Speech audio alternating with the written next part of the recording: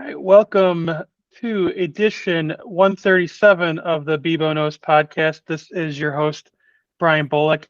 And with our March Madness edition, well, we haven't really done this with Seth before. So, Seth, welcome to our, I guess, inaugural one. Maybe we'll see if we'll do this in the future, but welcome to the podcast once again, Seth. Thank you. It's good to be here as always. It's true. This is our inaugural. I mean, most of my writing is about football, but I do pay a lot of attention to college basketball and done some analytics work on resumes in it. And with Selection Sunday just fresh in people's minds, I figured it might be a nice thing for us to do this year. Sure. And yeah, what would you say in terms of your favorite sporting seasons? Where does this compare to others in terms of your favorite I mean, either? nothing beats NFL football for me, even though Okay. life pain as a Jets fan. I just love football. I'll watch every game. I'll watch a game between the Atlanta Falcons and the Arizona Cardinals when it's December and they have 3 wins between them. I love football with all of my heart. Okay. But having said that, I don't think anything is more fun than March Madness. Sure. It's just a great experience. There's a reason why, like office pools that don't even know who these teams are. What the heck is a Blue Devil? Like people still enter these things because they're fun. Yep. A bracket is fun. Yep. So Yep. love this. All right. Well, let's get into it. So before we begin, I had a whole list of terms, but I realized that you're not going to use all the terms that you tend to discuss in your spreadsheets that you post. So we'll just go through a couple of the acronyms or terms that you might use that might be helpful for people to know. So I think there was a couple that you were going to touch base on. Yeah, the important one, the one that hopefully is easiest to understand is WAB, short for Wins Above Bubble, or WAB. WAB is literally the amount of wins you have minus the amount of wins the roughly 40th best team in college basketball would expect to average against your schedule. So you could look at the 40th best team in the KenPom rankings, and okay, that's what the WAB baseline roughly is. And there's an analogy I like of like the golf course. You would have 362 teams in college basketball facing 362 different schedules.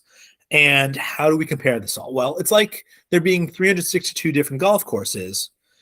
WAB allows us to calculate par for each of those courses. So let's just say one team plays a fairly tough course, and par on that course would be 13 and a half losses. And they've only lost 12 games. Well, then congratulations. That team's 1.5 losses under par. Well done. Another team faces a much easier schedule. Let's say 5.5 losses would be par, and they have 6 losses. Well, they probably have a better overall record than the first team we mentioned, but they're a half loss over par. And that's just a way of comparing different schedules across the sport. And this methodology has been used before. It's well understood. And that's the lens that I'll be viewing teams through today in this conversation. There's one thing I want to note is WAB has a baseline. And again, it's the 40th best team roughly in college basketball. WAB is a counting stat. There's a rate stat version of this I've named Parcells due to his quote, "You are what your record says you are." Parcells is the rate stat version of WAB. It's how good a team would have to be for your record to be their median expectation. It's like the 50th percentile, if you remember the SATs. Yeah. So Parcells does not have a baseline. There's no way you can finagle it by changing. Well, we should be compared. This is what you should be compared to. No. Your Parcells is what it is for the KenPom universe, the Massey universe, any rating systems that you have. Once we calculate your Parcells, that is what it is. And so I'm not going to be discussing Parcells very much in this, but just know that we can rate teams without having to guess what the baseline is. And we can do it as a rate stat. Okay. So, all right. So since we've never heard you on a podcast here, Discuss Ball, we will have you break down ball. How does Seth break down ball in terms of, rankings you might find useful, rankings you might not find useful, and why on both of those topics? So, in this modern era, the Ken Palms are the foundation of modern college basketball statistical analysis. That is the rock that everything is built upon. And mind you, and Ken Pomeroy himself would explain, well, he was building on the work of Dean Smith and other people as well. And yes, this goes back generations and generations. But these days, the Ken Palms are what we all turn to. And then there's Bart Torvik, also known as Totally T-Bomb. He does excellent work as well. Similar theories and basis, but different ways of processing the information. More recently, Evan Miyakawa has provided useful insight. He came to my attention in the last couple of years. And these guys all do individually different things, but they're doing the same kind of analysis, granular stuff. There's something called the 4 factors, and that you can dig down into what their analysis is, player by player, team by team. And then there's the old school stuff by Ken Massey and the now retired Jeff Sagarin. They look at scores, they compare how you've done relative to how other teams have done. It's a little less granular, but it has stood the test of time. And Massey's work, he does it for Division II, Division III, women's college basketball, any sport around. His methodology, while basic, is highly applicable across the board. Yep. And so, yeah, that's the stuff that I've looked at historically, but it starts with Ken Palm. That's my methodology. I do the same kind of stuff he does.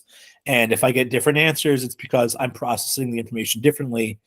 But his way of processing information, I view as broadly correct. Sure. Now, for my internal ratings, one of the things I'm going to try to do is figure out why Vegas, if Vegas differs from what we're seeing in the publicly available power ratings, where is that difference coming from? And sometimes it could be injury adjustments that Vegas makes that are not necessarily available to these systems.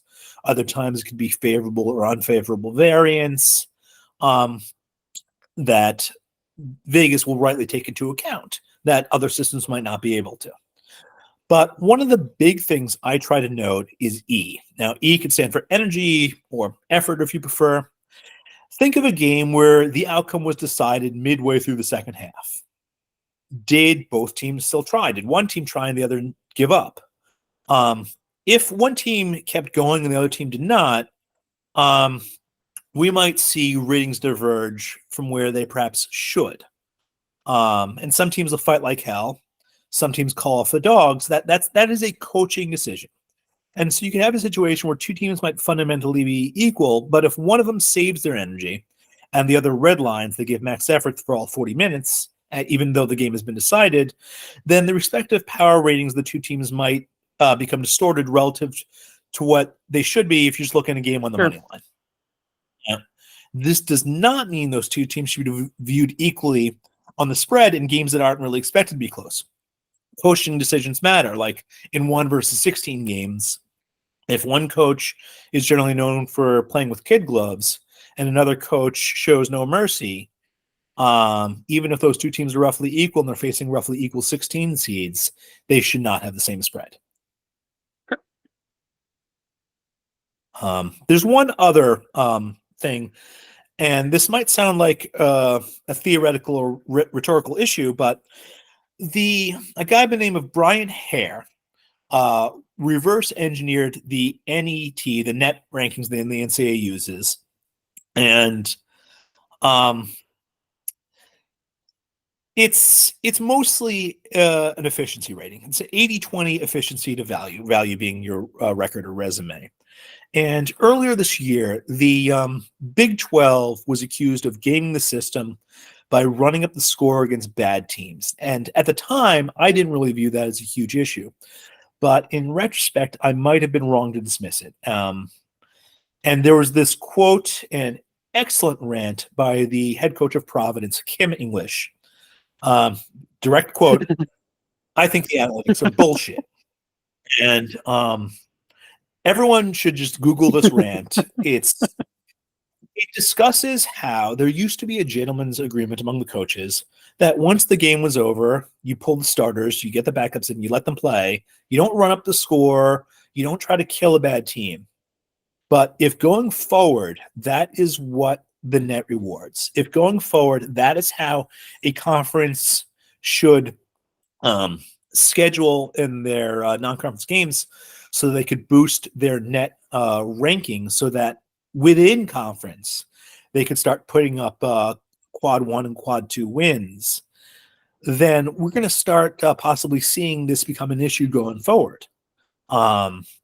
Teams will intentionally schedule opponents that they could beat by 40 and 50 if that's what the net rewards. And I don't think that's necessarily what we want to see going forward. I don't think that's what the system was designed for. But once you start to measure something, you change how people generate what is measured. So I think Kim English has a point here. Yeah, and that's not often where you agree with like somebody who might where it on the face value of it, it looks Yeah. like looks like an old school quote where you're like talking about some curmudgeon who like this isn't Michael Wilbon going off on analytics being bullshit and anything he doesn't like being analytics. Yeah. No, this is a potentially accurate analysis of what the net rewards and how schools will schedule going forward, given that being the case. Yeah. And so if he's right, it doesn't even matter if he's right. If teams think that he's right, then this might be just how they react. And conferences that do this will be advantaged against conferences that don't. Sure. Okay. All right. Let's see. So let's see. Where are we at here? What rankings do you find bullshit? Okay. Okay. So yeah. So speaking of bullshit. Okay. So we'll go into the bullshit part here. So what rankings do you find bullshit or maybe just not useful or used right or however you want to put it? So there's one that I purposely put onto the outline and one that I intentionally left off. The one that I put on the outline is the KPI. But the KPI isn't actually bullshit. It's just simply been mispurposed. The KPI, it was designed by Kevin Puaga. I hope I'm getting his last name right. And it was designed to predict how the committee would value various wins and losses. In another way of looking at things, it's an algorithmic bracketologist. And it's not bad at that purpose. It's pretty good at its job. However, Kevin Puaga has represented it as a resume rating, and it's not.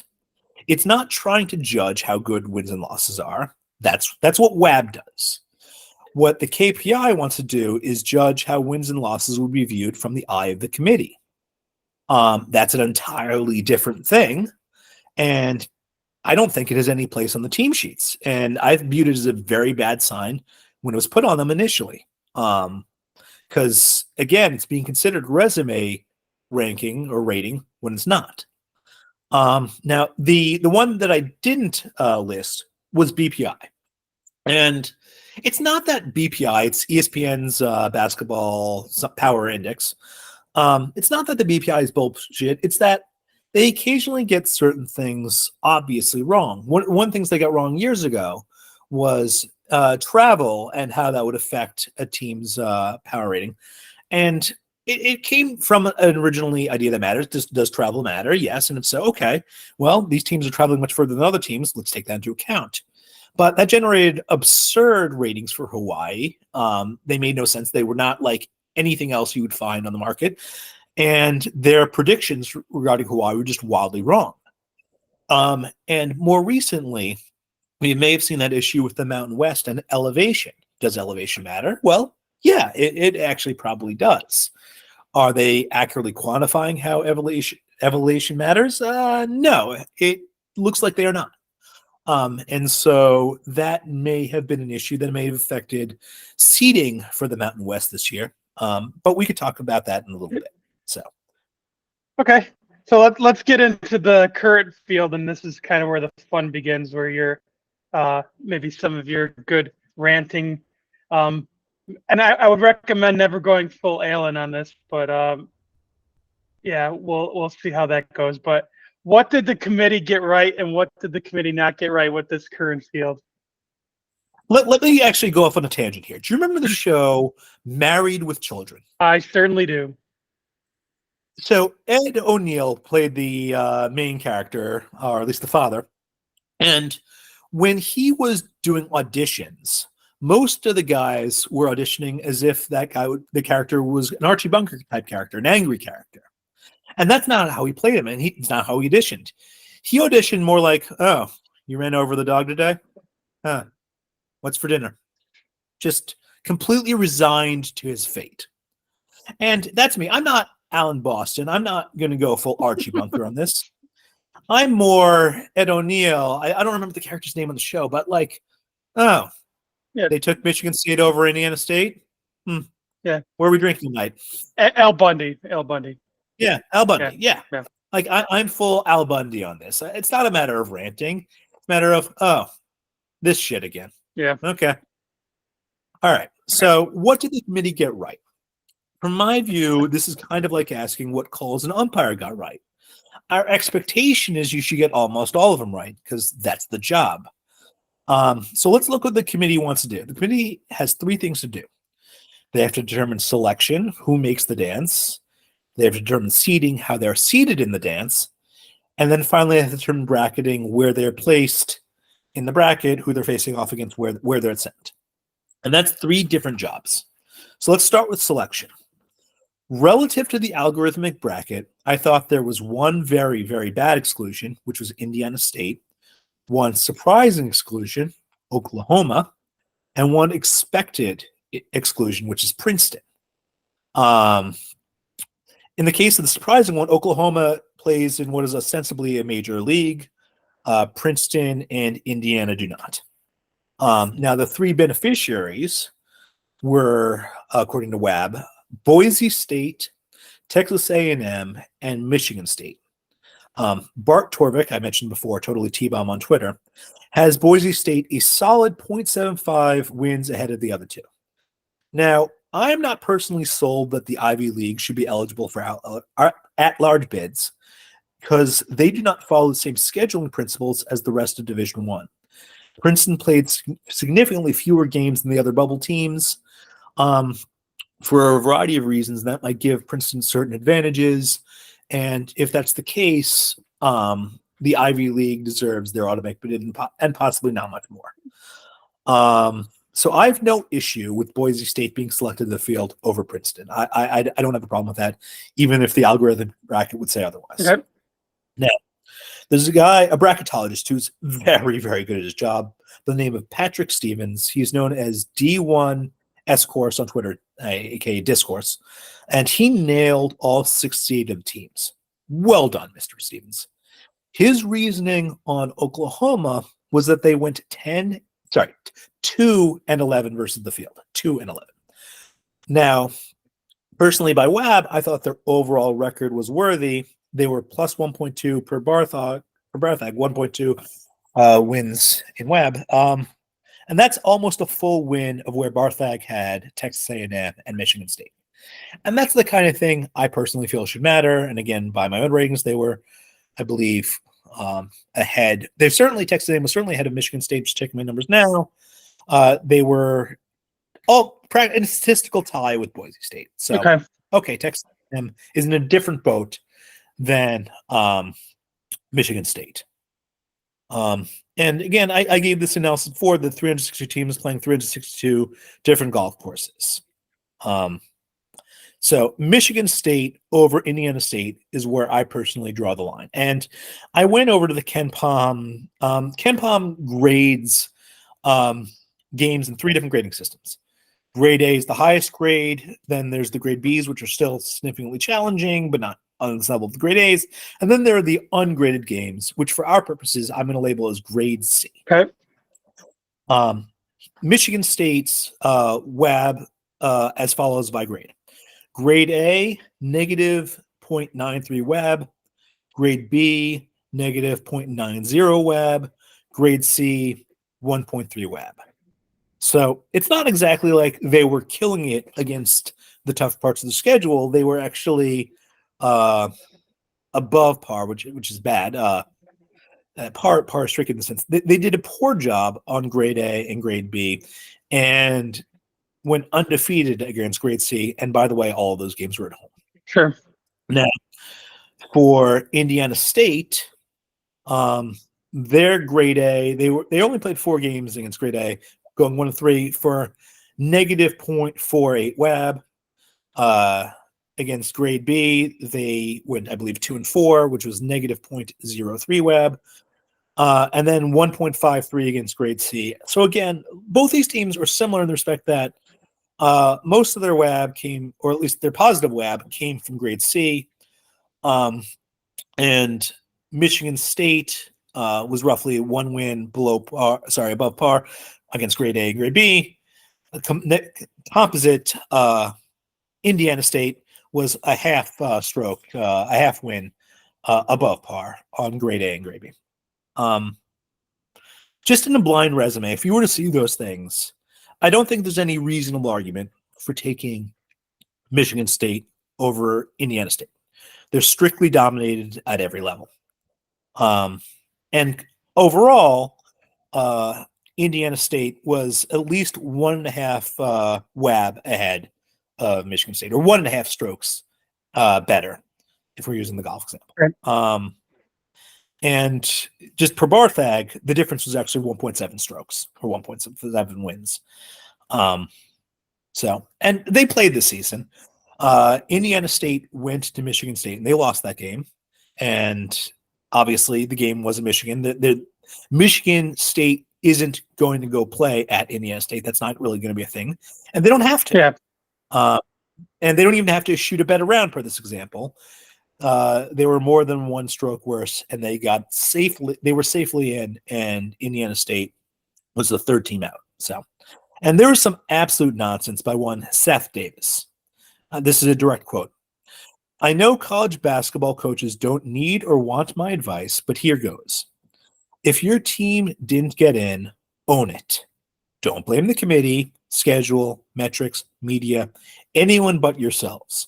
If you won more, you'd be in. It also, I think he meant to say it also, but also it disrespects the teams that got bids. Next play. What absolute nonsense. What absolute bullshit. I'm going to go Kim English here and say this is bullshit. Indiana State absolutely should blame the committee. They had a better resume by however you want to look at it than Michigan State. And they should have been in, and we should disrespect the committee. We should blame the committee. We should not blame them. They should not blame themselves. They won a higher percentage of their games than we would expect a bubble team to win. Michigan State won a lower percentage of the games than we'd expect a bubble team to win. There's no other way to slice it. So no, we should not give the committee credit on this one. We should blame the committee. And that's what it is. It's bullshit. So now seeding is a different issue. And again, Patrick Stevens' discourse, he went to town on the committee about this, and he would know better than I. Come on, committee.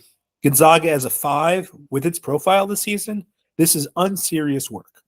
Florida Atlantic as an 8. And Gonzaga to a 5 to a lesser extent. San Diego State as a 5 basically screams, hey, these guys have done well in the tournament before, so that should impact their seeding now.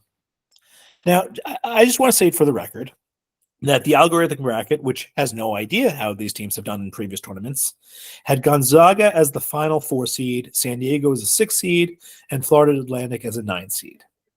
Now, personally, I have a bigger issue with the UNC over Ohio State as the final number 1 seed.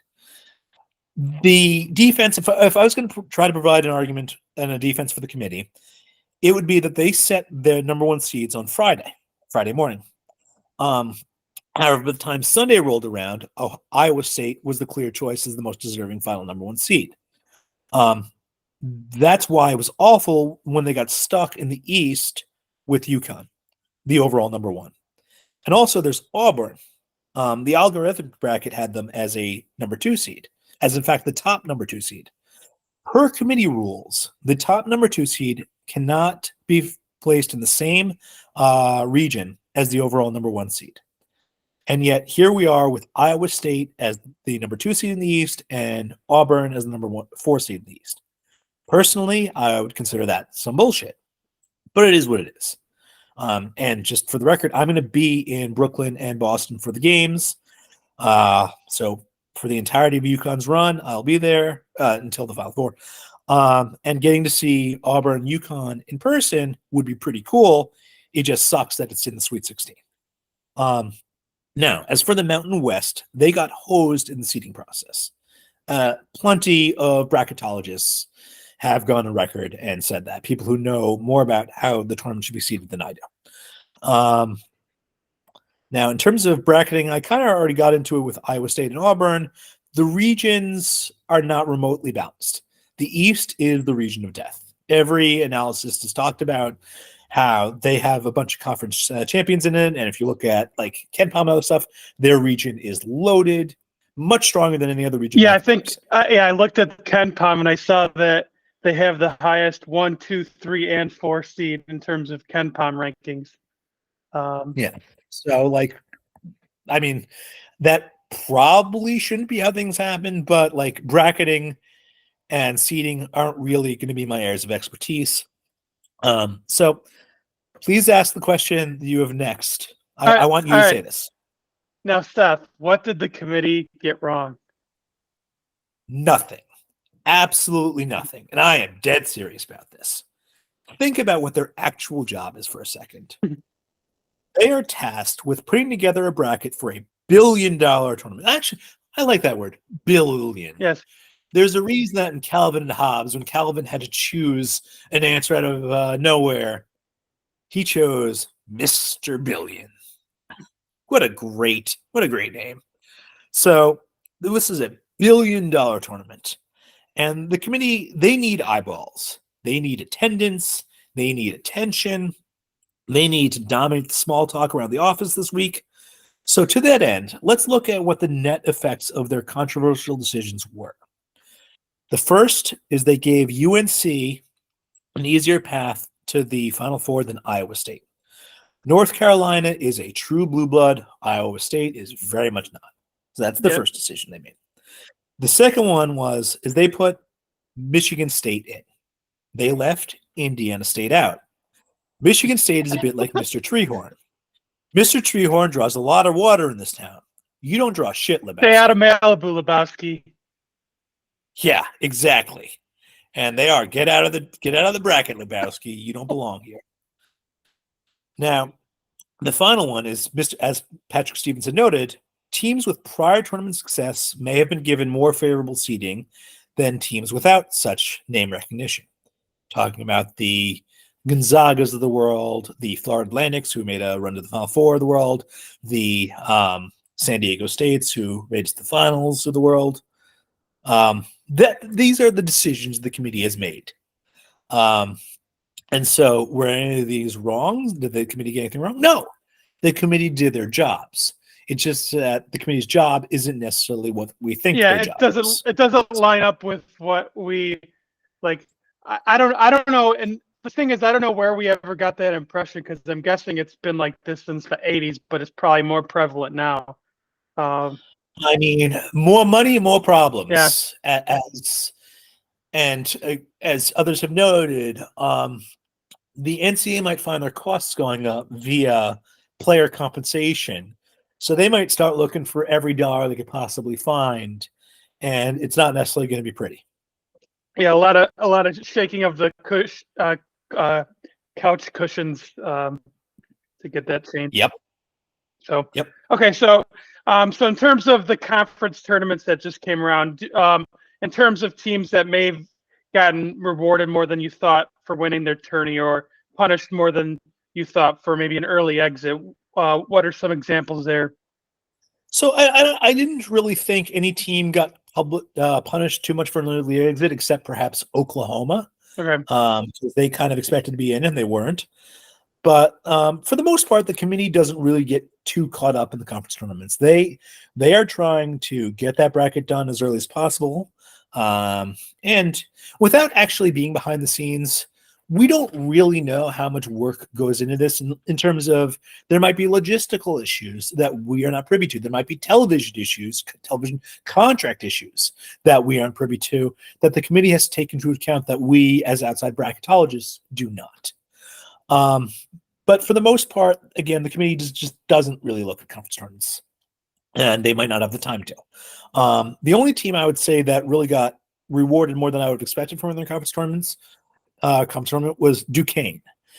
They ended up as an 11 seed, which was a real surprise to a lot of the bracketologists out there. And let me just check to see where I would have had them in the algorithmic bracket. I would have had Duquesne as I would have had them as the last 12. So okay.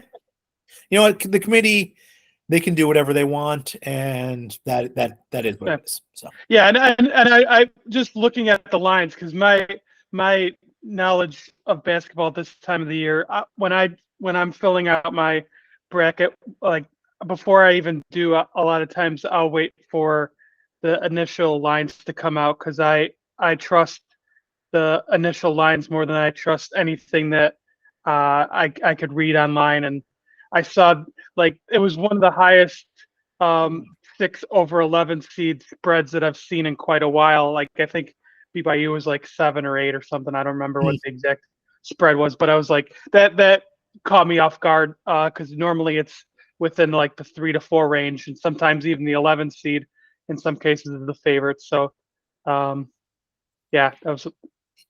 now that you bring that up, I just want to see where it is right now, and this is at Pinnacle.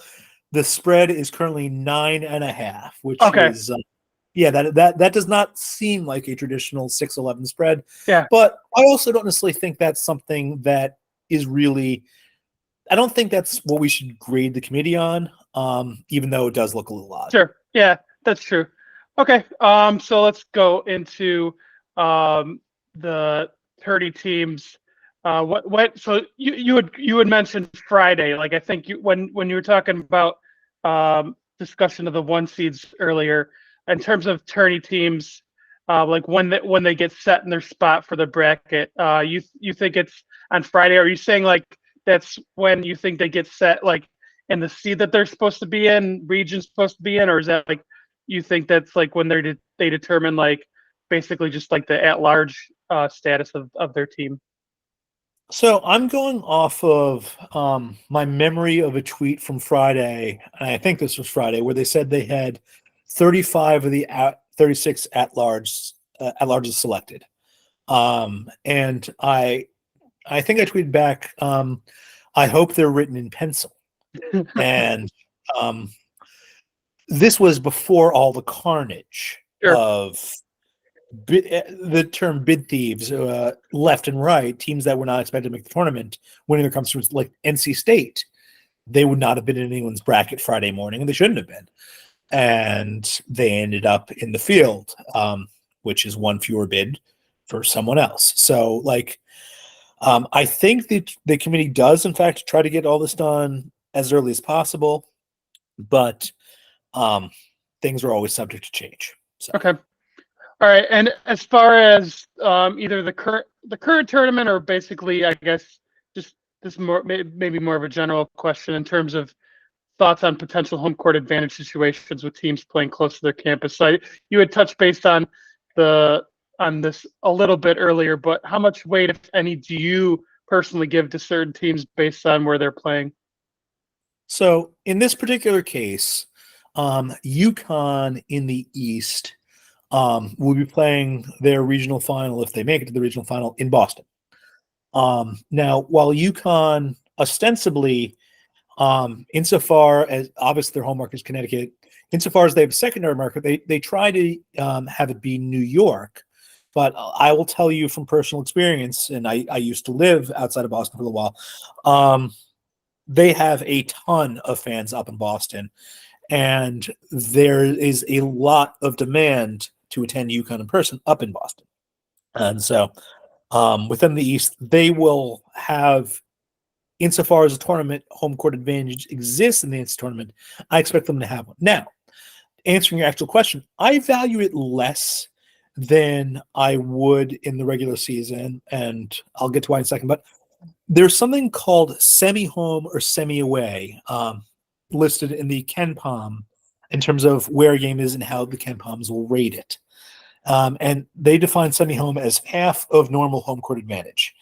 And for me in the NCAA tournament, I will define a semi-home game in the case here of UConn as half of even what semi-home is for the KenPom. So a quarter of home court advantage. And part of that is all the teams are going to have equal access to this court, equal access to locker rooms, equal access to practice. Yes, certain teams are going to have more fans there than others, but it's not a geographic area or court that UConn will have any more familiarity than any other team there. That they're all going to be on equal footing in that respect. It's not like St. John's at Madison Square Garden. That is a secondary home court for them, and they get semi-home court advantage in the KenPoms, and I fully agree with that.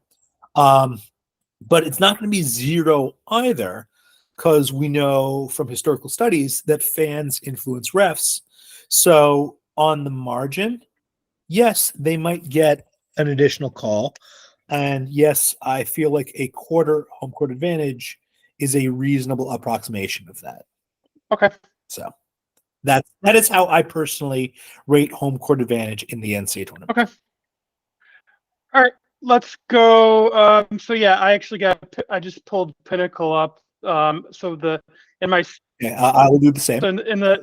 I know you were going to pull up Circa, but it was easier access to Pinnacle at the time when I was doing this, and I figured that's, whenever people do these podcasts and reference lines, I try to reference ones that are considered on the high end in terms of what the limits are. Even though I'm never going to be in that limit discussion personally, I try to present the one that has the most,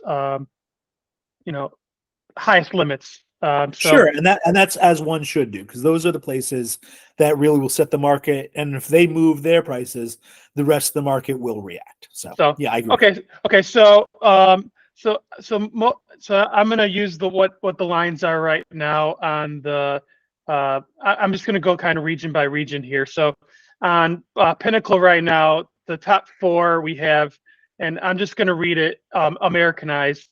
I'm just going to translate it here. So UConn is plus 111 to win the East. You got Iowa State is plus 361.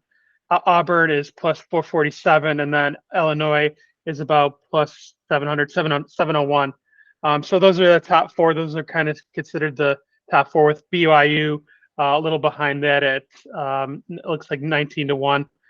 So in terms of this bracket, what kind of odds do you what are you looking at here, or what do you have locked in terms of bets? So as of right now, of all the prices that you listed, I would not suggest any of them are currently value. I think this market has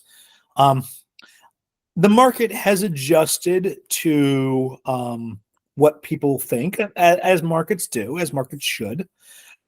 So I will note that when the prices were initially posted on Sunday night, BYU was available at 25-1.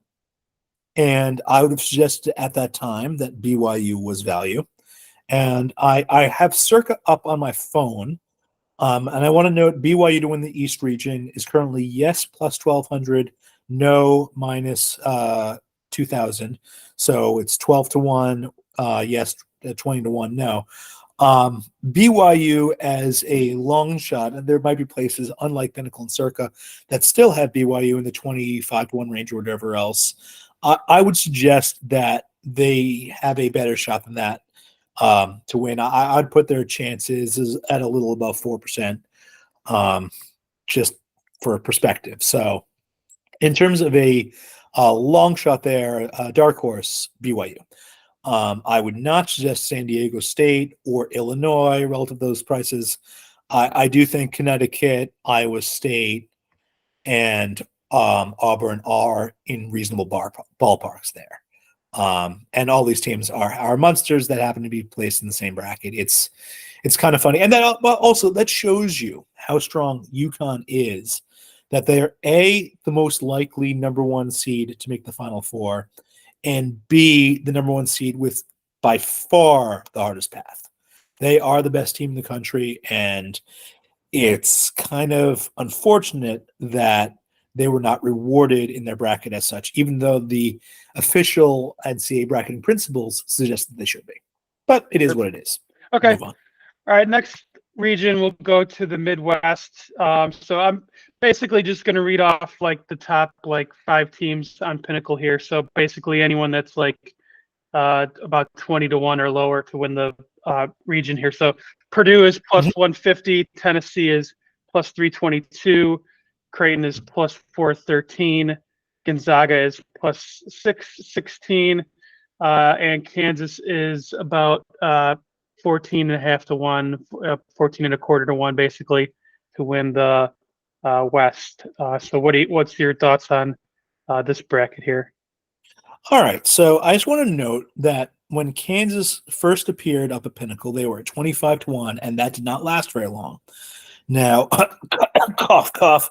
I kind of forgot that Kansas had certain injury issues, but you know what? It is what it is, and we just move on. Yeah.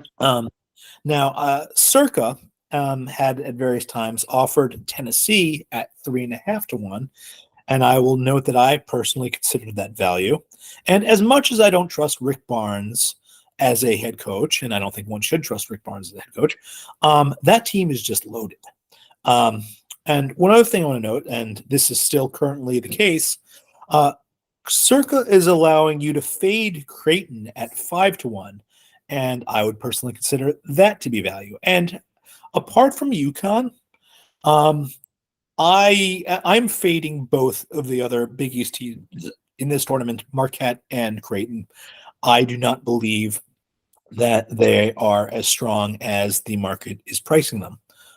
So, yeah, there are some no's on those. Shall we go to this? Oh, let me just want to make sure there's no other team I really cared about in that region. Purdue, Tennessee, Creighton, Kansas, Gonzaga. Gonzaga has been offered at some other places at prices better than were available at either Pinnacle or Circa. If that was the case for you, you might find some value in them. I personally, let me just look this up. Where are you, Scooby-Doo? There you are. I personally have Gonzaga at approximately 8% to make it to the Final Four. So act as you will with that information. Okay. All right. So the next region, we'll do the South, is so again the top 5 teams.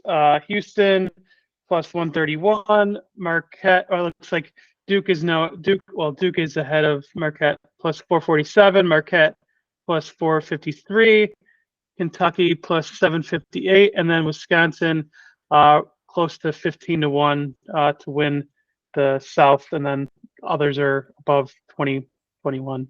So, do you remember a comedian by the name of Louis Anderson? Yep.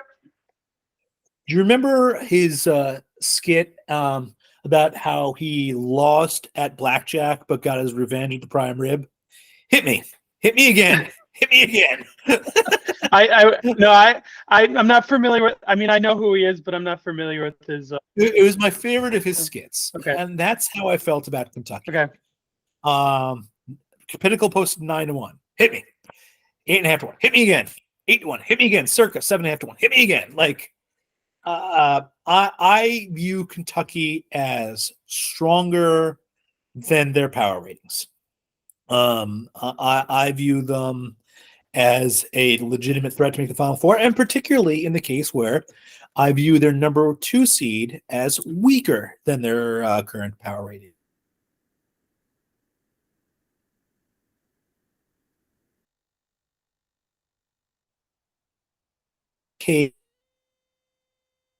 Versus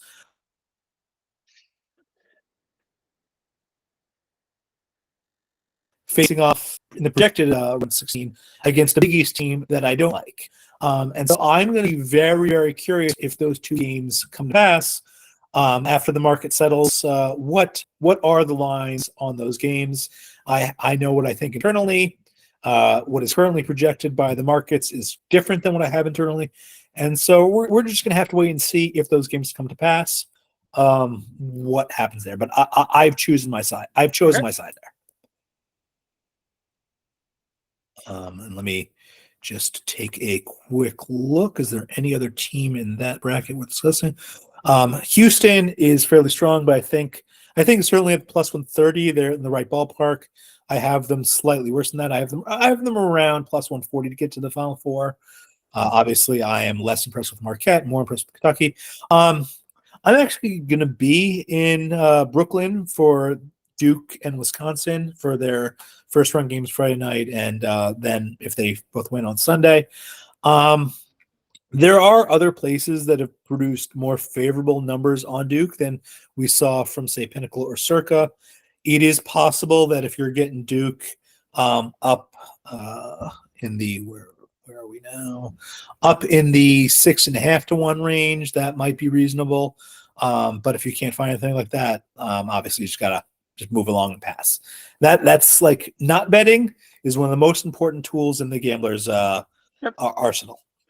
So. All right. Let's go to the last region here. So the last region is the West, and as far as the West goes, we have the number 2 seed. Arizona is considered the betting favorite, which this one looks to be a little more wide open in terms of the odds. So Arizona's plus 223, North Carolina's plus 293, Baylor is plus 526. Alabama is plus 734. St. Mary's is plus 841, and then your favorite team, Michigan State, is the 6th. But yeah, we won't open up that can of worms. So yeah. So my personal thought is those numbers seem to be a little optimistic on St. Mary's.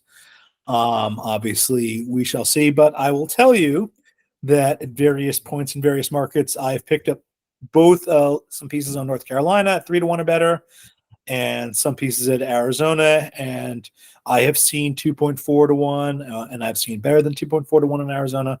But your own individual markets may vary. See what you can find. In this case, I want to note that we have a 6-11 game between New Mexico and Clemson. I'm going to talk more about them later, but you may wish to note that the 11 seed is favored. So yes, not all 6 seeds are equal, and not all 11 seeds are equal. Yeah, I've never seen a 12 favored over 5, but I've seen it close. I feel like, but I feel like I don't remember if they've ever been favored. I do agree it's certainly been close before. Yeah, 6-11 though is kind of where it's like a little more coin flippish. Not quite, but where it's not a total surprise if you see an 11 favored over a 6. So, all right. So to give some balance to this, this is brought up by Amber Gambling as topics, and I figured it would be good to address it since the popularity is there in terms of it's getting more popular as a sport. So we could discuss the women's tourney a little bit. So I think a lot of the women's tourney, just based on my history of it, seems very chalky in terms of the seeds that tend to win it. It's almost always a bunch of 1 seeds in the Final Four. Not always, but usually 1 seed, some 2 seeds, rarely some 3 seeds. Beyond that, it's not. It's going to be a top 12 sort of feel to it, usually based on just the history of it. So in terms of the women's tourney itself, I presume that this is South Carolina's to lose, correct? We agree on that. As a matter of fact, I'm going to be emphatic on that point. Okay. I personally have South Carolina as roughly 60% to win on my own internal bracket. And I have been hammering them at prices of 1.4 to 1 or better.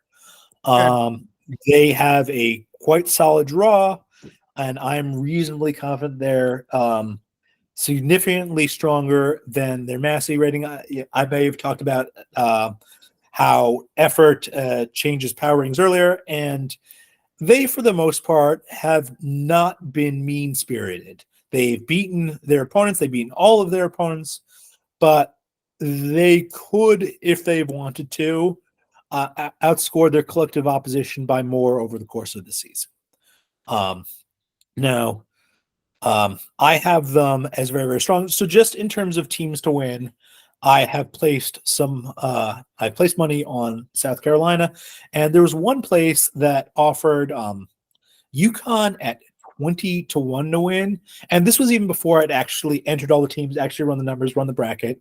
I simply thought that seeing UConn at number 2 in the Massey's, and then later seeing them at number 2 in a couple other women's power rating systems, I know that they have at least I thought at the time they had a particularly tough draw.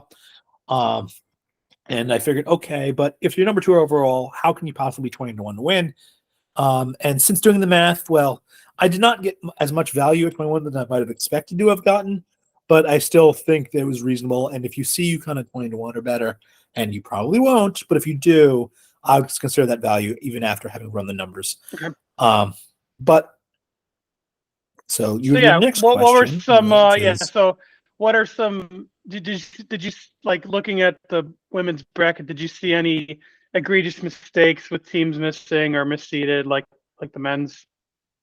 coming back to UConn again, Okay. I ended up running the WABs for the Massey ratings, and UConn is the one that looked a little strange to me.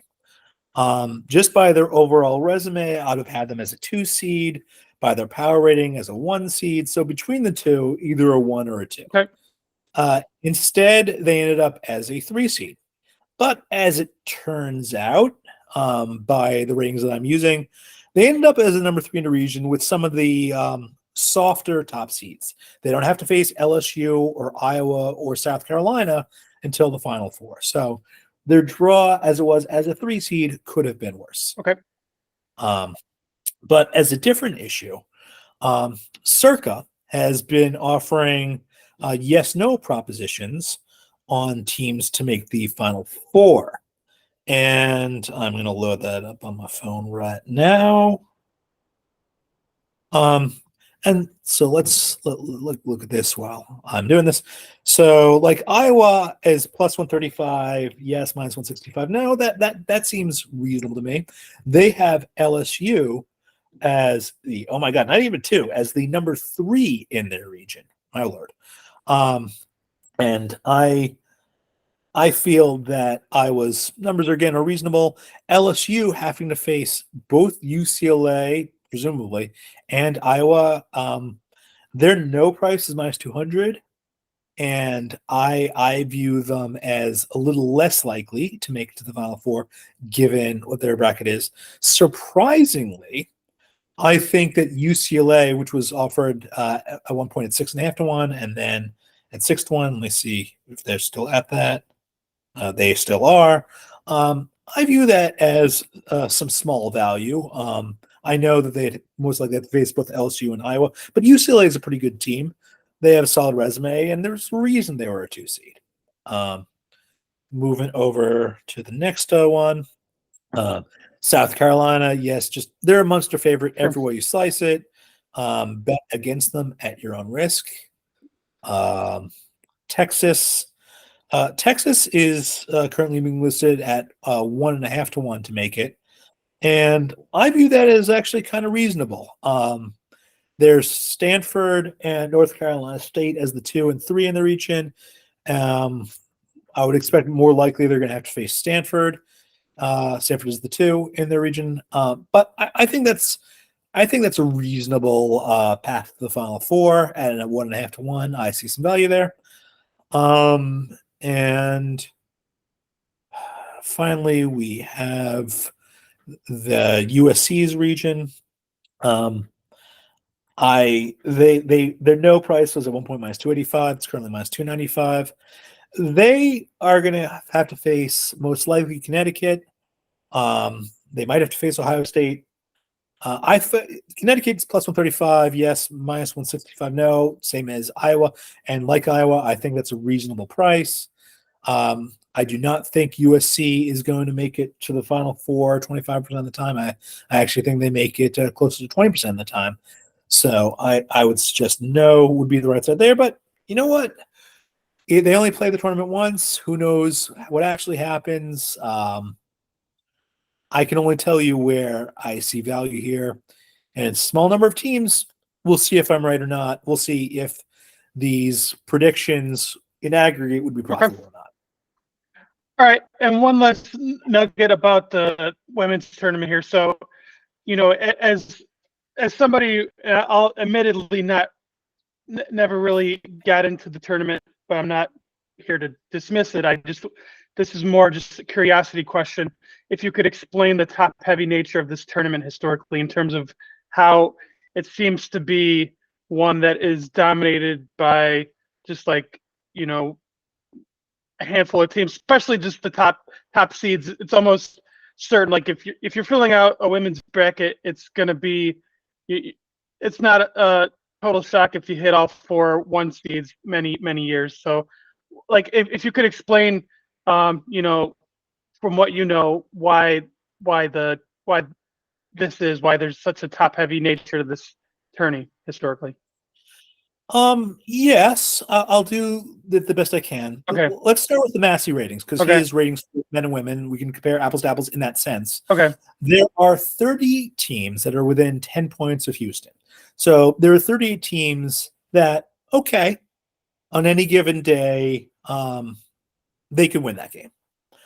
There are, I want to say, 5. There are 5 teams that are within 10 points of South Carolina. And again, please note, I view South Carolina's overall rating as depressed relative to the truth.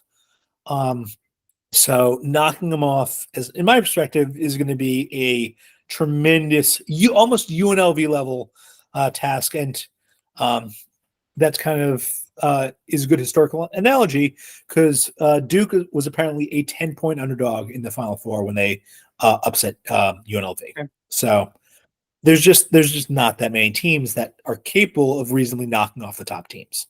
And that's because the distribution of talent has never been as balanced as it has been for the men. Okay.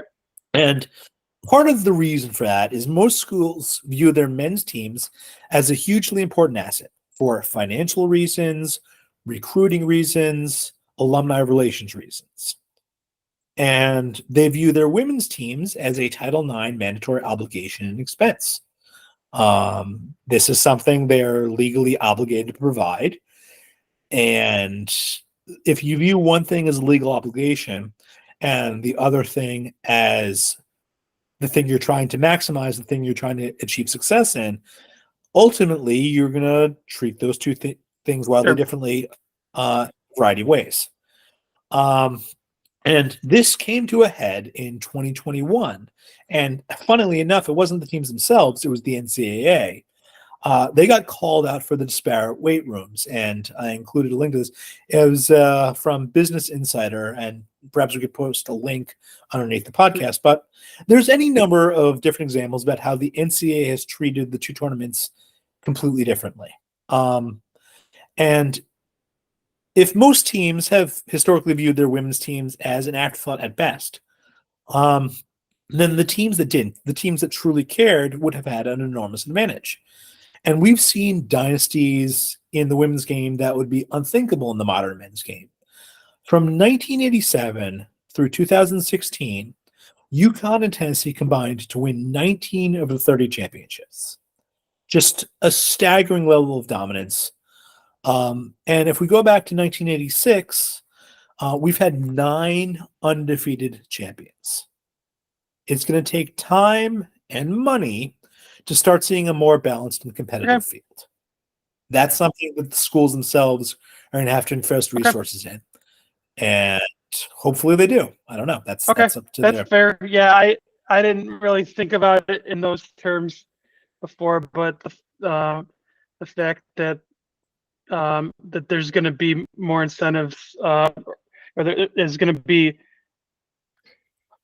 Yeah, basically what you said is basically makes sense to me. So, okay, so let's get into the listener questions. I added some last minute here, so you Go right may ahead. not have had time to add some of them. I just threw Amber's questions at the beginning here, so I don't know what your thoughts are on these. So I'll read those to you. The first one she had was, if is season wins or strength of player stats a better indicator of postseason performance? Do you have a thought on that? Well, if you want a predictive rating, you're going to want the granular data of how good the team is, how good the players are. And I believe it'll be more predictive than, say, wins in the regular season. That a win and a loss is a binary outcome, and it can be the result of certain variance. If you're just looking at predictive ratings, who won who lost the game might be less important than how they played in that game. So, of those two, I would say let's go with the player stats. If those are my Okay. choices. What do you make of some of the more? What do you make of some of the recent upsets, and do you predict more of these? I'm guessing she just means. So, if we're talking about the recent upsets in the conference tournaments, let me say that I have actually spoken with various coaches years ago, back before I was doing any of this. And certain coaches view conference tournaments different than other conference tournaments. Than other teams view, other coaches view conference tournaments. Some view them as important, and this was particularly true for certain teams in the ACC and the old Big East, where it was a matter of personal pride to win this tournament. What happened in the NCAA tournament is obviously more important, but what happened here matters a lot too. It's bragging rights, it's banners, we care. And in other conference tournaments, and other coaches might be other conference tournaments, well, we just want to be healthy for the NCAAs. We know where we stand.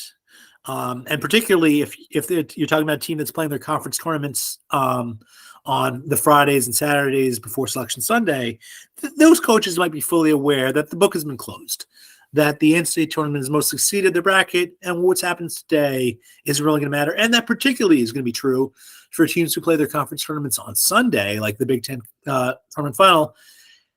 Never in my lifetime do I believe that tournament has affected seeding. You may have a bubble team win that tournament. That may or not have happened, but it will not affect how they view those teams and how they see those teams. So if you see upsets in those games, Friday, Saturday, or Sunday, take them with a grain of salt. If we have a situation where a coach just didn't really care, and therefore the players might not have cared as much as they might have. Okay. All right. She had a question about parity. I think you kind of addressed it a little bit in terms of talking about the men's game in general. But do you see the parity gap? Do you see getting bigger or smaller in terms of parity? So we need to actually talk about something that neither of us expected to talk about in this podcast, and that's the National Invitational Tournament, the NIT, and the transfer portal. Sure. The transfer portal opened up yesterday on Monday. Okay. And because of that, and at least ostensibly because of that, we've seen a number of teams decline their invitation to the NIT because they want to turn their attention immediately to the transfer portal. And the transfer portal is something that will affect parity going forward in a number of ways. In one way is if you're a player and you find that you can move up from a mid-major and that there are majors that are calling you, that are offering you a spot, offering you NIL money, or at least mentioning it's available. I don't know all the rules there, but if they're saying, hey, you can play here and be on national television regularly, we're going to have playing time for you. Look at a roster. There's a spot open for you. We're going to see players and teams take advantage of that. But it goes both ways. There are players who are currently on a team in a major conference, and they have found that they're not getting the playing time, or they might not get the playing time next year that they would want, and they could downshift to a mid-major team. Hey, I might find more playing time at your school. Let's see what we can do here. So it goes both ways. We find that the majors have certain ability to fix the holes in the roster, but we also find the mid-majors have the ability to find, well, we can get some talent here that would not have been normally available to us, but is available to us now via the transfer portal. It's a kind of a zero effect thing, where if you're a major, you can find what you're looking for. And a mid-major, well, if you're just willing to accept anything, if you're just looking for anything, there's a lot of it out there. And some of it will find its way to your school. Okay. All right. And I think that kind of addresses her last question there. So I'll go to the next person here. It was Skylander5 about talking about CLV. What's your take on CLV given that we don't have as many market makers? I have an interesting answer to that I don't know if I've ever talked about before. Okay. Back a long, long time ago, Pinnacle, when they were analyzing my account, they found it very, very strange. Because, first of all, our betting patterns were unique, which is unusual in itself. Most betting patterns, even if you aren't related to another group or whatever else, you're going to be getting the same answers to them because your processes are unknowingly going to be similar. So you're going to look similar in terms of a profile. Okay. That wasn't the case for me. And then they looked at CLV. Well, is this guy an idiot? And by CLV standards, certainly wasn't setting the world on fire. And again, the betting pattern was so orthogonal to the market. It was so different than what anyone else was doing. It was almost a random walk. And just to give an example, let's say your betting patterns are entirely based on expected offensive line matchups for the following week. If no one else is doing that, then no one else in the market is going to be pricing that in, and your betting pattern should be a random walk. But your betting results should be positive, and mine were. And so you can have situations where your CLV is, if you are doing something that no one else is doing and no one else is pricing, no one else is taking into account, your CLV should be a random walk. And so CLV in that case would not be the end all and be all of your performance. You need to look at how you're actually doing. And you should always be looking at how you're actually doing. There is signal there. But if you're taking the same analysis that other people are doing, you're taking the same data, and you're processing it in similar ways, and you are not getting CLV, you need to ask yourself why. There may be a problem there. And just in general, if you're not getting CLV or you're getting negative CLV, it's possible you should not be wagering real money on sporting events. So that's my general thought on CLV. There are situations, corner cases, edge cases, where you shouldn't expect positive CLV, and it should not be how you grade yourself or how great you grade something. But for the most part, CLV matters, and you should treat it as if it matters. Okay. All right. So the next one here, you had asked Hagrin Hoops, and this is kind of what started the listener questions here. So he just mentions a few things that basically he said plenty for you to cook on. So Iowa State outside the top 5, James Madison, all the conspiracy incentives around the Big East, and then I'll let you cook on your talk, Seth. So I am very, very happy that I'm going to be seeing James Madison in person. They are scheduled to face Wisconsin in the night game on Friday night. Okay. And had James Madison not won their automatic bid, it is highly unlikely that they would have made the NCAA tournament in the first place, despite possibly deserving it by the algorithmic bracket. But in terms of Iowa State, they got treated the way the committee was always going to treat Iowa State. And that's just how it goes. And again, I mentioned the Friday thing earlier. By Friday morning, they were not a number one seed on Friday morning. They should not have been considered number one seed on Friday morning. But after what they did in the following 48 hours on Sunday, they should have been the fourth number one seed. But Iowa State is Iowa State, and North Carolina is North Carolina, and North Carolina draws a lot of water in this town. So, but we need to talk about Florida State. Florida State in college football went undefeated. And yes, it's true they lost their quarterback, but that is not a reflection on their resume. They were told to pound sand. And it is notable that all four slots in the football playoff went to the once and future Kings from the Big Ten and the SEC. We had the two current teams of Alabama and Michigan, and the two future teams of Washington and Texas.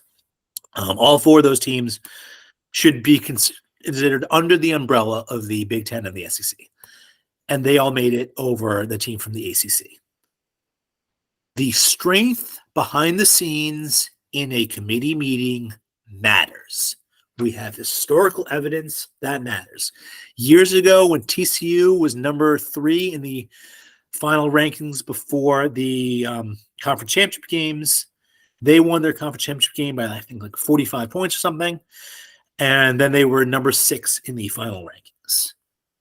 It wasn't because of anything on the field. It wasn't anything they did. They just didn't have the juice behind the scenes. So, yeah, if there's something I want to cook on, it's that. But now let's talk about the Big East. The Big East was notably a top-heavy league. And the second tier was St. John's, Providence, and Seton Hall. All three of them were on the bubble. And none of them were dominant candidates. They were all just normal bubble teams. And none of them made the tournament, and none of them would have been selected by the algorithmic bracket. So by my personal ratings, they would not have gotten it. But the NCAA does not use my personal ratings. That's not how any of this works. They have their own metrics. So let's just look by their own metrics, because let's compare apples to apples in that respect. St. John's and Michigan State. And by their own metrics, they look kind of similar. Everyone loves to talk about quad 1, quad 2 wins. St. John's went 4-10 in quad 1 and 6-2 in quad 2. They went 10-1 in quads 3 and 4. Michigan State went 3-9 in quad 1, which is obviously awfully similar to 4-10. They went 6-5 in quad 2, which has to be considered at least slightly worse than going 6-2 in quad 2. And they went 10-0 in quads 3 and 4, which is obviously one fewer bad loss better. Now, Michigan State finished 24th in the net, and St. John's finished 32nd. A little worse for St. John's, but obviously similar. If we want to go for the Ken Palms, Michigan State finished 19th, and St. John's finished 25th. If these are the tools that the committee is supposed to use to decide inclusion into the dance, then it is somewhat awkward for Michigan State to be a 9 seed to be safely in, and for St. John's not to make it into the first 4 out. In other words, if Michigan 33rd in the S-curve was at least 15 spots ahead of St. John's, I have no idea how they could, using their own methodology, justify that. And just so you know, just for the WAB, the algorithmic bracket over here, I had St. John's as the number 6 team out. They had negative 0.32 WAB. And I had Michigan State as the number 8 team out. They had negative 0.41 WAB. Very similar profiles algorithmically, and apparently very similar profiles using the committee metrics. Wildly disparate results. And it may be because The Big Ten draws a lot of water in this town, and the Big East does not. I love the Lebowski reference. You gotta go. Yeah, you get anytime you could go Lebowski, you go full Lebowski. Yeah. So let me ask a question. I mean, who were the bubble surprises? Arguably, they were Texas A&M and Michigan State, although obviously not surprises relative to the bracketologists. I think according to bracketology, it was Boise State and Oklahoma.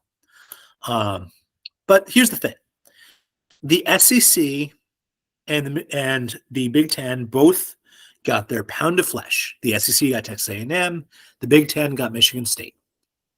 The Big East has no power. The Big East has no juice. And when it came down to it, the ACC had no juice in football. Not all conferences are created equally. So here's the question that I would like to ask. Why do we have a committee in the first place? And more importantly, why do we have a committee that meets in secret? And what does that mean in practical terms? Well, it means there's no individual accountability. No individual committee member can unilaterally make any decision, so no committee member can be held accountable for any decision of the full committee. And the second thing is, each committee member, the committee as a whole has complete freedom to do as they please. They're kings in their fiefdom, and they cannot be judged or held accountable. And so Matt Norlander, it was his job on CBS to ask the committee chair some questions. And one of the things he asked about was Michigan State's selection in the dance, particularly as a 9 seed safely in. And if you've seen that video, and I've included a link to it here in the bracket, in this outline, it didn't go well. It was a kind of word salad answer. It wasn't great. But you know what? It doesn't have to be great. The committee ultimately does not have to defend their decisions to any outside source or power. And there's something else I want to talk about. This was from Stuart Mendel. If you're on the bubble, a non-conference strength of schedule in the 200s and 300s will get you every time. They send that message every year. Bullshit. Bullshit. My thoughts. And I responded to Mr. Mendel on Twitter. I might be misreading TCU's non-conference strength of schedule. Ken Palm had it at 357 overall. It looks pretty poor to me. They certainly weren't locks based on strength of record. They were roughly half a win behind Indiana State in WAB. This suggests the committee might have given themselves some leeway here. Stewart replied, they were 35th on the overall seed list, so they were never on the bubble. The last team in was 44th. And I immediately thought, well, do we see the problem here? My good sir, it looks like it may be circular reasoning. They were not on the bubble because the committee did not choose to place them on the bubble. Had they actually been on the bubble, their terrible non-conference strength schedule would have proved fatal. But they weren't on the bubble, so whew. And Stewart had one more response in defense of the committee. I'm not defending the logic, but I brought up non-conference strength of schedule as often being a de facto tiebreaker among the last berths. TCU's seeding indicates they were comfortably in regardless. And the conversation ended with my final response. You are absolutely correct. But that does not address the issue that a bad non-conference strength schedule can be fatal for bubble teams, but who a bubble team is up to the discretion of the committee. Teams with a better strength of record can be tossed in favor of teams with a worse strength of record and a worse non-conference strength of schedule. Now, personally, I don't think that strength of schedule, non-conference or otherwise, should be a consideration, given that we have strength of record that we could go by. And I'm going to go back to the golf course analogy. Under par on an easier course, i.e. a par 70 course, is still under par. Over par on a par 72 course is still over par. So the ultimate point is that the committee has the power to decide which conferences get access to bids worth millions of dollars. And some conferences are going to be more equal than others when they make those decisions. And I'm not even getting into the fact that the SEC commissioner, Greg Sankey, has started poking at the automatic bids. And if those go, then the NCAA tournament, as we currently know, will have fallen. Now, hopefully the SEC doesn't have that much power. So yeah, those are my thoughts on that subject. Okay. We're now up to ball. All right, so we have, and then I will add one more question. I'll add the Jobo question after this, but the ball from Grace, the favorite non-top 4 seed to make a run to the Final Four, and then I think you already kind of discussed the seeding screw-ups, but if you want to touch base on that more, like his question was biggest non-Iowa State seeding screw-up, but I think if you want to touch base on that a little bit more, but let's start with the top 4 seed, top non-4 seed to make a run to the Final Four. So just going by my internal numbers, like I would look at a St. Mary's perhaps, a Baylor perhaps. Those are teams that I would suggest would have a decent shot. Looking at Baylor is 3. I apologize. Yeah. I was looking at the women's bracket right there. I clicked on the wrong sheet. Right. Please delete everything I said. It is nonsense. Delete. And Justin Herbert is a 6'1" midget. When I get something wrong in a spreadsheet, it's the law. So, all right, Gonzaga, St. Mary's. Yeah, this is starting to look like the spreadsheet that I came to know and love for the men's. So, teams like Gonzaga is certainly very live. They're I wouldn't even call them a dark horse, and the market understands they're not a dark horse. St. Mary's, and again, but the market again recognizes they're not a true dark horse. BYU is a true dark horse, and I have noted that. But let's go deeper. Let's go on real long shots. Oregon is an 11 seed that I think has a better than 1.5% chance of making it to the Final Four. Who else? Let's see. A team like Nebraska, they're tough out. They might have a shot against Houston to make it Sweet 16 and then further. Obviously, Michigan State, while their resume might not be deserving, they are actually a pretty good basketball team. So their matchup against North Carolina is going to be a pretty good game. They could have a shot making it to the Final Four. A team like Nevada, a 10 seed, I would consider them highly live. Where the heck is New Mexico? Scooby-Doo, where are you? There you are.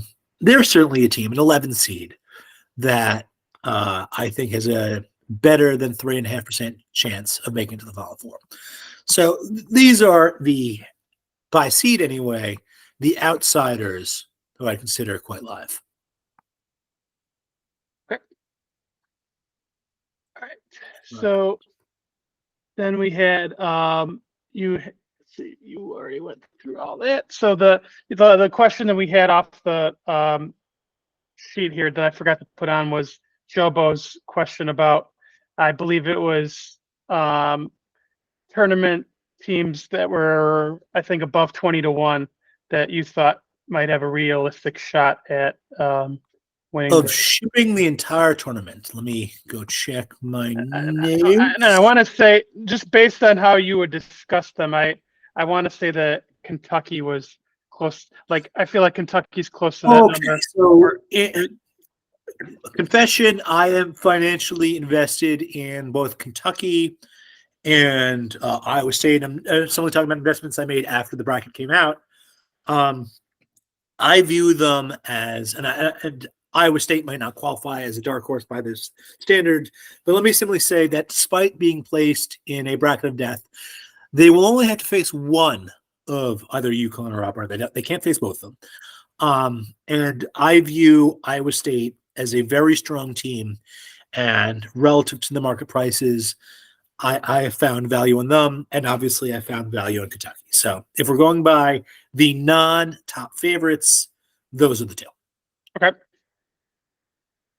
All right, and then let's see. Did we have? Oh, There's one other thing I just want to talk about, and sure. I'm not sure exactly where I was supposed to talk about this, but in terms of, we were talking about the bracketing. Someone asked about bracketing principles or whatever else. It might have been deleted, but Okay. I've already talked about how Auburn and the Mountain West Conference had some bracketing oddities, and other people have noted this as well. But like, we had a team like Nevada as a 7 in the algorithmic bracket, and they ended up on the other side of that in the 7-10 split. But there was Colorado and Clemson. In the algorithmic bracket, I had Colorado as a 7th seed, and they're playing in the play-in game, I want to say, tomorrow night. And then there was Clemson, who I had in one of the play-in games, and they ended up as a 6th seed. So it shows you just how much the committee cares about the algorithmic bracket. Not at all. But, I mean, that's not their mission statement either. But for the worst of it, just from a bracketologist perspective, which is not me, but from the bracketologist perspective, no one got hosed more than New Mexico. And again, this is back to the Mountain West Conference. This is from Jamal Murphy, also known as Blacketologist on Twitter. Great name. You couldn't have watched or even comprehended the resumes if you think New Mexico needed to win the Mountain West Conference tournament to get a bid. It was a tough year, but the committee got exposed. Ooh, it's never going to get exposed. And yes, by the algorithm bracket, they were a 7 seed, and they ended up on the 11 line. So, I don't know, my man. You tell me. All right. So, well, I'll save this. Let's before I get into the NFL draft teaser question. Let's continue with the tournament part first before we Sure. That's fine. tease it. So, so you had some more thoughts about the shipping the tournament here in the outline here. So, and then some other random thoughts that they had about the tournament before we kind of tease the NFL draft part for next month. Absolutely. Let's finish up with the tournament. All right. So in terms of shipping the tournament, even with the draw from hell, UConn is and should be the clear favorite. They're the most likely number 1 seed to make the Final Four, and in the Final Four, they're going to be the number 1. If like all 4 number 1 seeds make it, they're going to be the clear favorite at that point. It'll be obvious. They are the strongest team in the country, and personally, I think there's a gap between them and 2 and 3. Houston is a strong team, but they just got boat raced by Iowa State. And I would personally suggest they are not as good as their power ratings, not as good as their Ken Pom, Massey, Mike Howard, the rest of them. I would say that they are currently overrated, and this may go back to some of the stuff the Big 12 did in the non-conference scheduling and games of crushing the puppies. The analytics are bullshit, Mr. Kim English, and perhaps the power ratings for Houston are a little inflated relative to how they should actually be in the NCAA tournament. And then there's Purdue. Years ago, when Purdue, as a high seed, in this case as a number 1 seed, they lost early. And this is back when Gene Keady was their head coach. There was the headline in the school newspaper after they lost early: "Curses boiled again." And that's what Purdue is. That is their nature. That is their soul. Purdue is a team that, for whatever reason, can do very well in the regular season, get a high seed, and then do absolutely nothing with it. And I believe they still have that clubber in their bag. I believe even with Zach Edey, if they're playing on a night where the refs, you get these old school Big East refs from the 1980s, 1990s, let them play. No blood, no foul. And yeah, Zach Edey's a big guy. He takes certain advantage of the physicality. But if opponents are allowed to double team him and prevent him from swinging from the field, and, well, let's say they let both teams play, and they can't get a huge advantage from the foul line, they have to win this game from the field, it might be a tough night for them. They might get surprisingly bounced. So Purdue is a team that I believe, despite their power rating, despite what they've accomplished in the regular season, they're still Purdue. They still have the soul of Purdue, and they are a team that deserves a certain amount of skepticism. Going to tier two would be Arizona, Tennessee, Auburn, North Carolina, Iowa State. And of them, while I definitely think Auburn's legit, they're facing the true monster of the tournament in the Sweet 16. They're facing another very strong team, Iowa State. If I have to go someone from outside of the big three, as I mentioned before, it's Iowa State. I would consider Kentucky to be on tier 3 in this case. And if I have to go someone tier 3, it's Kentucky. Iowa State has improved quite a bit over the course of the season.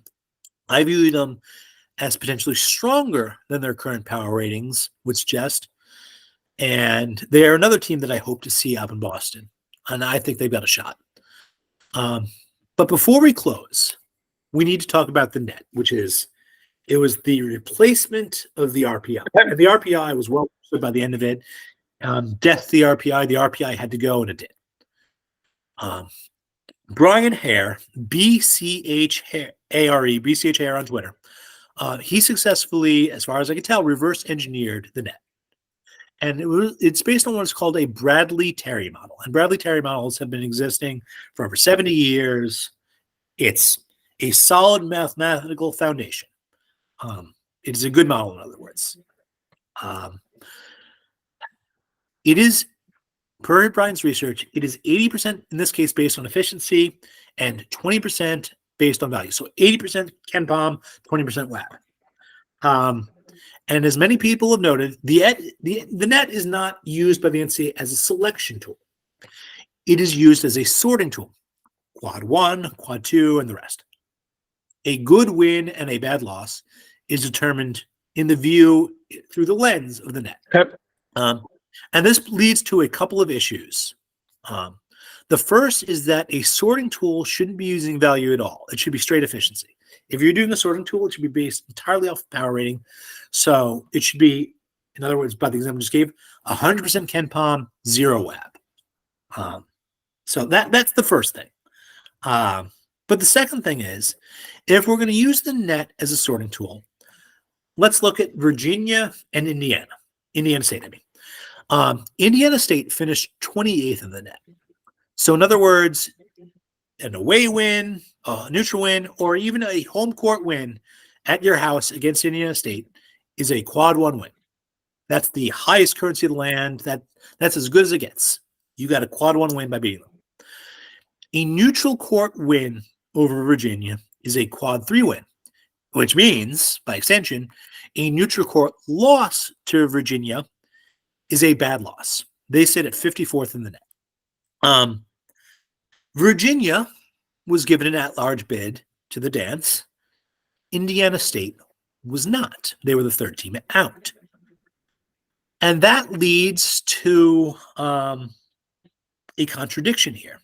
And I'm going to go back to what Patrick Stevens said, discourse, D1S course on Twitter, about Oklahoma. Oklahoma was the, I want to say, surprising exclusion, but he successfully predicted that. And he predicted it by noting that Oklahoma was 2-11 versus the field. If winning games against teams in the field is somewhat relevant, then the converse would seem like it should be true. If a win against a certain team is considered meaningful, then they are, in theory, the kind of team that should merit selection to the tournament. That would be Indiana State at 28th. Conversely, if a neutral court loss to a team would be considered a bad loss, a quad 3 loss, then perhaps that team does not deserve an at-large selection to the tournament, and that would be Virginia in this case. Now, I will note that the net as an efficiency rating, as a hybrid, should not be used for selection. That for a hybrid should not be used, and more particularly anything with efficiency in it should not be used. It should be straight resume. But under the current system, it is used, and the NCAA's own internal logic is contradictory. But that's a feature. That's not a bug. That's why you have a committee. That's what a committee can do. A committee can contradict itself all day long, and there's nothing anyone can say or do about it. So let's look at the case of a mid-major. When a mid-major has a strong power rating, the committee may prove to be more interested in its body of work. They may explain that this team did not have, in their view, a body of work worthy of the dance. When a mid-major clearly belongs by their resume, by their strength of record, which is on the team sheets, it's calculated based off of the ESPN's BPI, and when a team has such a strength of record, and perhaps is also in the top tier per the net, top 30, well, then I guess it's time to talk about their lack of quad 1 and quad 2 wins. And perhaps we should also discuss their quad 3 and quad 4 losses. Which brings me back to something called winning points. Winning points was created by Joe Lunardi, ESPN's resident bracketologist, back in 2014, and I am considering paying for ESPN Plus for the sole reason of just being able to log in, download that article for posterity. So even though it's gated, so it will always be in the system on my computer, in my hard drive, because winning points got absolutely shredded by Vegas Watch, and I've included a link to this here, because the methodology was inherently biased. Biased in favor of major competitions and biased against mid-majors. So that is, it's winning points forever and ever. And that's how the committee works. That's how the committee wants to work. And is how the committee will continue to work until the system, in theory, changes. So that is the NCAA tournament. That is my Ed O'Neill, Ed Bundy on the NCAA tournament. What are you going to do? What are you going to do? All right. So, for anyone that cares, the next podcast with Seth will be about the 2024 NFL draft. We'll figure out the date TBD, but it'll probably be the week leading up to the draft. So, but yeah, we got a little more clarity. Not that we really needed clarity, but the Bears tipped their hand, completely now. So we know where they're going to go. But in terms of any sneak peeks for the rest of the draft, what have you been looking at in terms of the draft coming up?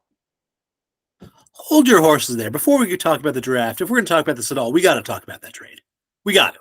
Well, yeah, I was discussing this with a friend of mine, and the only reason I could think of that they got such low compensation was that they were not on the right side of the trade in terms of everybody knew that they were needing to get rid of Fields to keep the quarterback room healthy entering the preseason and also the preseason and even the early part of the season. They don't want that potential controversy hanging over them. So I feel like that's why they got shafted in the trade, I would like to say, but I also heard rumors about them trying to please Fields. I don't know how true that was because I guess Fields wanted to go to Pittsburgh. So I don't know what to make of that, but that's kind of my thoughts when I heard the trade. So it's entirely possible that Fields wanted to go to Pittsburgh, although I'm curious if his own personal views might have changed from before and after the Russell Wilson trade. Sure. But okay, if they did right by him, that's fine. But in terms of the return on the trade, the conditional 6th or 4th round pick, the Bears were pushing rope. Everyone knew they were getting rid of him, and there was talk about they wanted a 2nd round pick, or perhaps just they wanted a day 2 pick, and clearly that was never going to happen. Yeah. The rest of the league just isn't that into Fields. Yeah. They don't want him. They don't need him. He's a backup at best. And if we go back to the original when he was drafted, he fell to the Bears.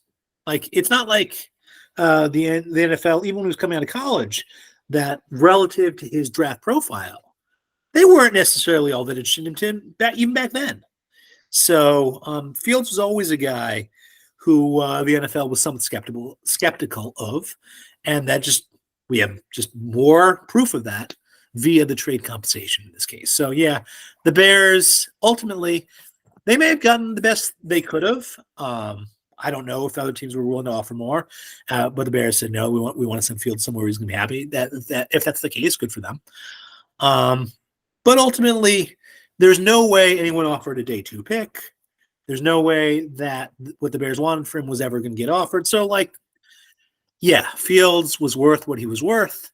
He's now in Pittsburgh. I wish him best of luck.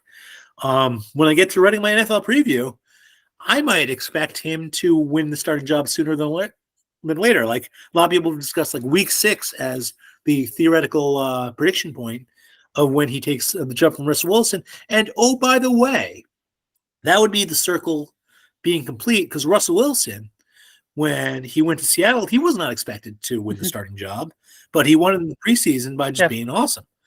I'm not expecting necessarily Fields to be awesome in the preseason, but he might win the job by Russell Wilson having a fork sticking out of his back. So I don't know. We'll see. All right, let's now talk about the sneak peeks for the NFL Draft 2024 podcast. I am itching to dig into the quarterbacks and the wide receivers because this class is loaded. Unfortunately, just the reality of the situation is I'm not going to have time for another 2 weeks. And also, there's 1 week in April. I'm heading up to Toronto to go to the candidates tournament in the chess. So that's kind of going to kill a week. So I may end up having to mail it in on my analysis of the tight ends and the safeties. They might have to get thrown under the bus, or I might have to sleep less. I don't know. But some things I want to do. The first is I want to codify the defense into IDL, which is the internal defensive line, edge, which are the pass rushers, the off-ball linebackers, which are the linebackers who could be inside linebackers or outside linebackers who are mostly dedicated to coverage, who are not designed to attack the line of scrimmage in that fashion. Cornerbacks, which will include outside cornerbacks and slot cornerbacks. And honestly, if I add a 6th group, I might want to classify cornerbacks as slot quarterbacks or outside cornerbacks. And then finally, safeties. That's one of the things I want to do. The other thing I want to do is figure out what the hell is up with Penix. Is he an injury red flag? Or is it a situation where the league is just not that into him? I don't know. I want to see what the story is here because during the college playoff and during the NCAA championship game, if you're to tell me one of these quarterbacks is going top 5, the other one is going to try to sneak into round 1, I'm going to tell you. I've told you Penix goes top 5, and JJ is going to have to work to fight to round 1. And we're going to have to put on the conspiracy Seth hat here for a moment. There have been some theories that the Patriots, who own the number 3 pick, and the Vikings, who are perhaps interested in acquiring a quarterback, now with the loss of Kirk Cousins, they might be pulling some shenanigans. And if that's the case, well, rules are what they are. I mean, you want to call them on it, but unless there's a legal rule that you can actually catch them on, shenanigans resolve. And we may be looking at a trade where Minnesota trades up to the number 3 overall and gets J.J. McCarthy. And I am going to be very curious per my own draft analysis whether or not I think that's a good idea. But I won't be able to tell you until April. So those are things I'm curious about. Okay. So yeah, you said you're going to the weekend games this weekend? So I'm going to be in Brooklyn this weekend, and then I'm going to be up in Boston the following weekend. So I'm going to be there for presumably UConn's first 4 games, barring an upset. Okay. And I hope you get to see these guys right here in the Elite 8. We'll see. All right. Well, actually, you'll be able to see them Sweet 16 Elite 8 U of I here. Yeah. So I have to represent here, but I'm cautiously optimistic. I'm looking at a hat right now. Yeah. So yeah, class of 2005. So that was their best year. So me and Muck Nuts and I think there's one that went to overtime, right? No, not that one. The Elite 8 game did. Yeah, against Arizona, that's one of the best. Best games ever. They were down 15 with 4 minutes left and came back. But yeah, I am looking forward to it.